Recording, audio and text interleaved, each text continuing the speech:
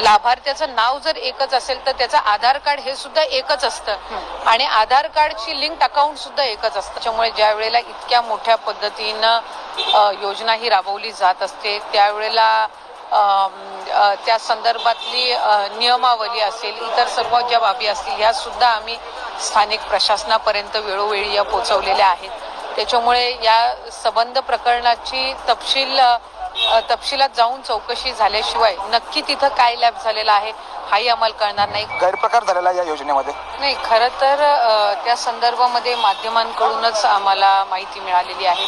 आम्ही विभागातील तिकडचे जे सगळे स्थानिक अधिकारी आहेत त्यांच्याकडे त्या संदर्भातील चौकशीचे आदेश दिलेले आहेत आणि साधारणपणे एका लाभार्थ्याचं एकच बँक अकाउंट असतं जे त्याला आधार सीडेड असतं.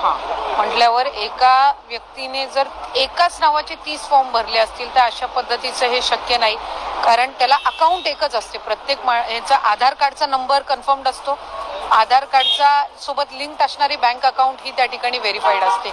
त्याच्यामुळे निश्चितपणाने त्यांनी वेगवेगळ्या नावांनी असे फॉर्म्स भरलेले आहेत का किंवा कशा पद्धतीनं त्यांनी वेगवेगळ्या आधार कार्ड्स घेऊन काही हे केलेलं आहे का, तर त्या संदर्भातले चौकशीचे आदेश दिलेले आहेत आणि अशा पद्धतीचा जर गैरप्रकार चौकशीनंतर जर समोर आला तर त्या संदर्भामध्ये योग्य ती कारवाई ही निश्चितपणाने घेण्यात येईल. एक शेवटचा प्रश्न, काय वाटतं एवढा मोठा गैरप्रकार आलाय, कुठे नेमकं काय झालं असेल, काय नेमकी चूक झाली असेल?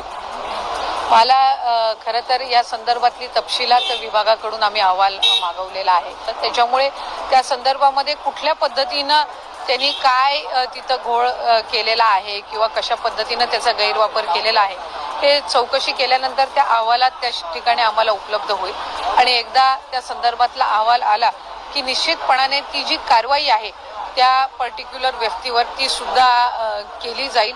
जर या संदर्भामध्ये ज्या काही कायद्यामध्ये तरतुदी आहेत त्या सुद्धा तपासल्या जातील, कारण कुठे ना कुठेतरी हा शासनाच्या एकंदर योजनेचा दुरुपयोग आहे आणि त्यांनी दिलेल्या सवलतींचा हा दुरुपयोग आहे. त्याच्यामुळे योग्य ती कारवाई जी आहे ती निश्चित